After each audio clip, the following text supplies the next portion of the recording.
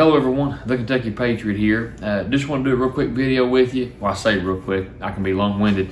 But basically just a show and tell video, and I'll kind of talk a little bit about it. But this is the Canik, and those of you that may or may not be familiar with them, this here is actually the Canik TP9. I don't know how good that'll pick it up.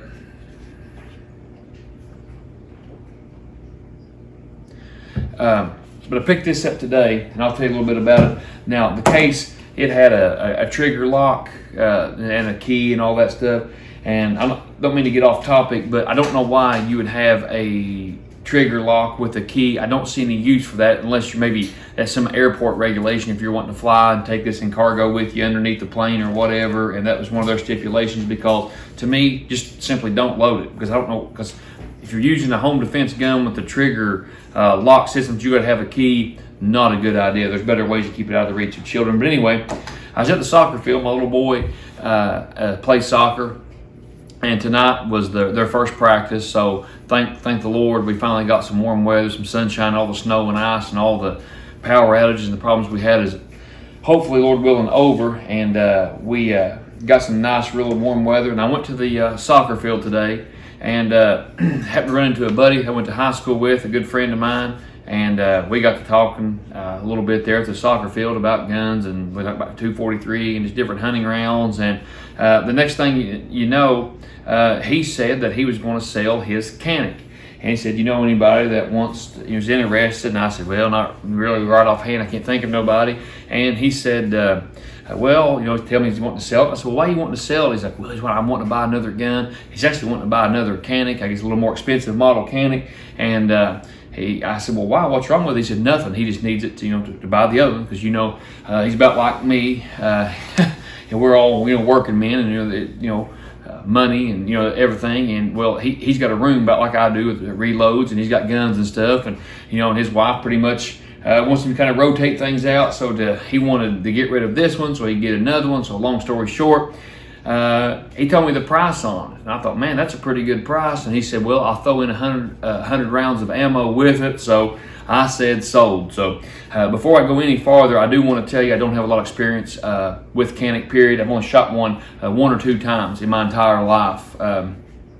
And what I've been around them, what I've seen, what I know of them, I seem to really enjoy it. And I'll just tell you what I know about this gun. So I went to his house after he didn't live far from the soccer field, and I went to pick this up, and he said, "Man, I want you to shoot it." I said, "No, I trust you." No. He said, "No, I want you to shoot it before you buy it." So I can tell you exactly how many rounds I shot. He had 10 loaded, but as hard as ammo is to come by, and they were hollow points, good rounds. I'll tell you what, I took 5 of them out. I said, "I'm just going to shoot 5. So I shot 5, and it grouped really well, and I really enjoyed it. So I said, "You got it." And we made the deal. This is an 18 round mag, I believe. Yes, 18 round magazine of 9mm. I'll tell you a little bit about the gun. I know when I made the first Taurus G2C video, of course, we went on and shot a lot with it. I made a 1,000 round test video. I compared it to Smith & Wesson. I made other videos with it, but the first video I made, several got mad and was like, "If you don't fire X amount of rounds, if you don't know, you're not allowed to do a review on a gun." That's silly. So I'll tell you straight up front, I've not fired this a bunch of times. Matter of fact, I've only fired this particular gun, like I said, 5 times. But I will tell you a little bit about it. It's a big, as you can tell, a big frame gun. So some of you guys may be interested in it. This is a little bit big for me to carry. As you know, if you watch the channel, I carry the Smith & Wesson 40 M&P compact, and I have been carrying, like I told you in other videos, when I hike or whatever, the Taurus G2C. I've been carrying that now instead of the Shield. But this would actually be a pretty good carry gun, I think, if you're not doing concealed. It's a little bit big for me to conceal, but if you were hiking or somewhere out in the woods and you had it outside the waistband, it is kind of heavy. That is the only thing. Depends how much you were hiking. You're like, well, a heavy gun's not going to matter. And that little bit of weight may or may not, depending on the holster. But as you know, if you've backpacked or hiked long distances, every little ounce can add up. So that would be up to you. But I'm telling you, the grip is really good. It comes with extra back strap here. I have not tried it yet. Like I said, I just got this gun today. And and it's got some grip here. It's not as aggressive as the G2C, but it's really aggressive. It's got some, if you can see, some checkering right there. It's got a really good grip and a really good feel. Let me show you this too. Now, some of you guys are big on press checks. Now, I will show you that it's clear. Okay, so I'm gonna take the magazine out. Of course, it tells you right on here, we'll fire without the magazine. But I want to show you, some of you guys are really big on trigger resets. I'll be honest with you, I never noticed the trigger reset, or never. I mean, I do if I'm just with a gun like this. But as far as going to the range and actually firing the gun, trigger reset's not that big of a deal for me. But on a lot of you guys, it's important too. So this does have an amazing reset. So I will show you this. I may do it this way so you can see it better. And it's got a wall, it's got some take up, then it's got a definite wall. So as far as the trigger, pretty good trigger. And then, now watch this trigger reset here. I mean, it is ridiculously minute. So I'll show you once again. Now let me try it this way, because I'm right-handed. It might work a little better for me, but now if I can do this, now watch my finger. I mean, it barely moves at all. So you trigger reset guys are really going to like that. Like I said, trigger reset doesn't mean that much to me. It does have a red dot there for a chamber indicator. Your sights are pretty much basic sights. If you want me to, I have no problem doing a video. If some of you want maybe make me to go out and do a video with it, but I will tell you this. I don't care maybe to test a few hollow points or a few target rounds, but now there's going to be no 1,000-round test out of this. Ammo is just too hard to come by, too expensive. So I'm sorry for that, but they'll unless things change in the near future, there'll be no 1,000-round test. It's got a rail system for those of you guys that want to put a light on there, for those that maybe want to throw a red dot on there, whatever the case may be.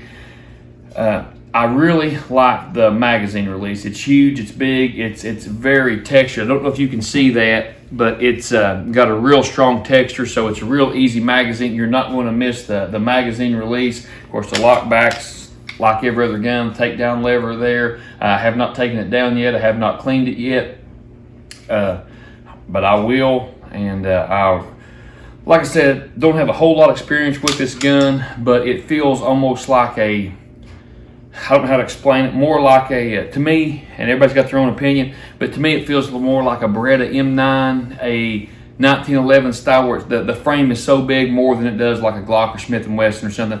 That's just my opinion.